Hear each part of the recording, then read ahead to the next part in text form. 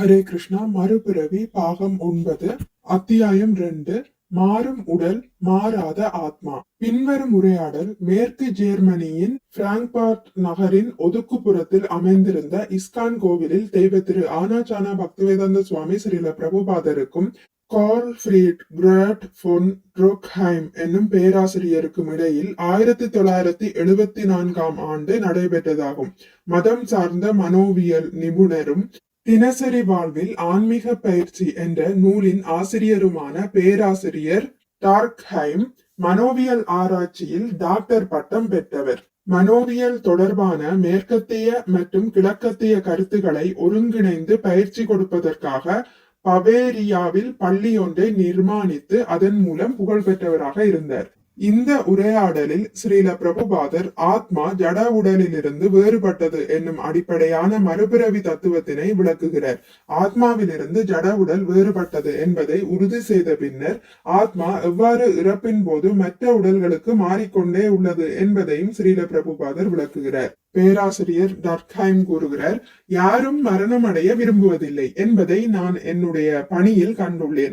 ஆனால் மரணத்தின் அருகில் சென்று மீண்டு வந்தவர்கள் மரணத்திற்கு அப்பாற்பட்ட ஒரு வேறுபட்ட உண்மையை உணர்வது போல தோன்றுகிறது. ஸ்ரீல பிரபுபாதா கூறுகிறார், ஆம், அது வித்தியாசமானதே.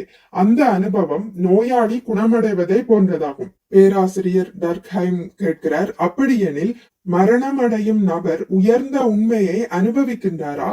ஸ்ரீல பிரபுபாதா கூறுகிறார், மரணம் அடைவது நபர் அல்ல, உடல் மட்டுமே. வேத ஞானத்தின்படி உடலானது எப்போதுமே மடிந்த நிலையில் தான் உள்ளது. உதாரணமாக உலோகத்தால் செய்யப்பட்ட ஒரு மைக்ரோபோனை எடுத்துக்கொள்வோம்.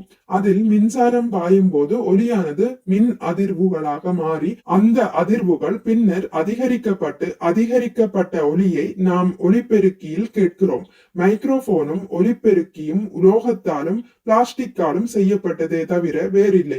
அக்கருவியில் மின்சாரம் பாயவில்லை எனில் அது செயல்படாது.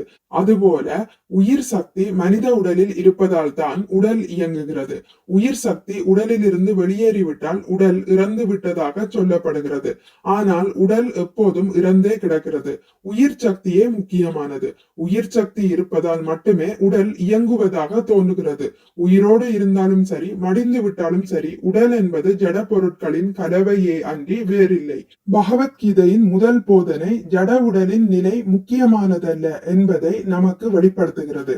அசோச்யான் அன்வசோசஸ்த்வம் பிரஜ்ஞாவாதாம்ச்ச பாசசே கதாசூன் அகதாசூம்ச்ச நானுஷோசந்தி பண்டிதா.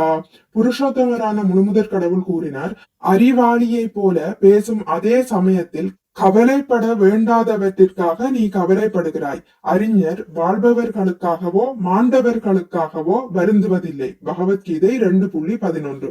ஜட உடல் தத்துவ ஆய்விற்கு உரித்தானதல்ல. மாறாக ஜட உடலை இயங்கச் செய்யும் ஆத்மாவை மட்டுமே நாம் ஆய்விற்கு எடுத்துக்கொள்ள வேண்டும். பேராசிரியர் டார்க்ஹைம் கூறுகிறார், ஜடத்தை இயங்கச் செய்வதும் ஜடத்திற்கு அப்பாற்பட்டதுமான இந்த சக்தியை பற்றி நீங்கள் எவ்வாறு உங்களுடைய சீடர்களுக்கு போதிக்கிறீர்கள்?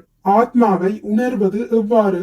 ஸ்ரீல பிரபுபாதா கூறுகிறார், அது மிகவும் எளிமையானது. உடலை இயங்கச் செய்யும் அடிப்படை சக்தி ஒன்று உள்ளது. அச்சக்தி இல்லாவிடில் உடல் இயங்காது. எனவே இயங்கச் செய்யும் அந்த சக்தி என்ன என்பதே உண்மையான கேள்வியாகும். இக்கேள்வியே வேதாந்த தத்துவத்தின் மையமாக உள்ளது. உண்மையில் வேதாந்த சூத்திரம் அதாதோ பிரம்ம ஜிக்ஞாசா, உடலினுள் உள்ள ஆத்மாவின் இயல்பு என்ன என்னும் சூத்திரத்துடன் தொடங்குகின்றது. எனவே வேத தத்துவத்தை பயிலும் மாணவனிடம் உயிருள்ள உடலுக்கும் இறந்த உடலுக்கும் இடையில் உள்ள வேறுபாட்டை அறிவதற்கு முதலில் கற்றுத்தரப்படுகிறது.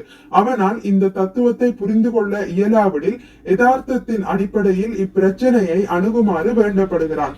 ஆத்மா என்ற இயக்க சக்தி உடலினுள் இருப்பதால் தான் உடலானது குழந்தை பருவம் போன்ற ஒரு நிலையிலிருந்து இளமை போன்ற மற்றொரு நிலைக்கு மாற்றமடைகிறது என்பதையும் அங்கும் இங்கும் நகர்கின்றது என்பதையும் யார் வேண்டுமானாலும் புரிந்து கொள்ள முடியும்.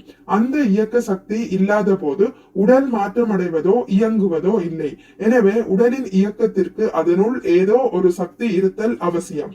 இதை புரிந்து கொள்வது ஒன்றும் கடினமானதல்ல. உடல் எப்போதும் மடிந்து போன ஜடமே. அது ஒரு பெரிய இயந்திரத்தை போன்றது. இந்த ஒலிப்பதிவு இயந்திரம் உயிரற்ற ஜட பொருட்களால் செய்யப்பட்டது. ஆனால் நீங்கள், அதாவது உயிருள்ள நபர் அதன் பட்டனை அழுத்தினால் மட்டுமே அது இயங்குகிறது. அதுபோல உடலும் உயிரற்ற ஜடமே. ஆனால் உடலினுள் உயிர் சக்தி இருக்கிறது. அச்சக்தி உடலினுள் இருக்கும் வரை உடலானது இயங்குகிறது, உயிருள்ளதாக காணப்படுகிறது. உதாரணமாக, பேசுவதற்கான ஆற்றல் நம் எல்லாரிடமும் உள்ளது. எனது மாணவர்களில் ஒருவரை நான் வர சொல்லி கூப்பிட்டால் அவர் வருவார். ஆனால் இயக்க சக்தி அந்த உடலை விட்டு வெளியேறிவிட்டால் நான் அவரை 1000 ஆண்டுகளாக கூப்பிட்டாலும் வரமாட்டார். இதை புரிந்து கொள்வது மிகவும் எளிது. ஆனால் அந்த இயக்க சக்தி என்பது யாது? அது தனி. அக்கேள்விக்கான பதிலே ஆன்மீக ஞானத்தின் உண்மையான தொடக்கமாகும். ஹரே கிருஷ்ணா. இத்துடன் முடித்துக் கொள்கிறேன். இனி அடுத்த பதிவில் இதன் தொடர்ச்சி தொடரும். மிக்க நன்றி. ஹரே கிருஷ்ணா. உங்களுக்கு இந்த வீடியோ பிடித்திருந்தால் லைக் பண்ணுங்கள், ஷேர் பண்ணுங்கள், சப்ஸ்கிரைப் பண்ணுங்கள். நோட்டிபிகேஷன் பெல்லை அழுத்துவதன் மூலம் அடுத்த பதிவுகள் உங்களை வந்தடையும். பகவான் ஸ்ரீ கிருஷ்ணரை பற்றி கேட்டு மகிழ்வோம். ஹரே கிருஷ்ணா.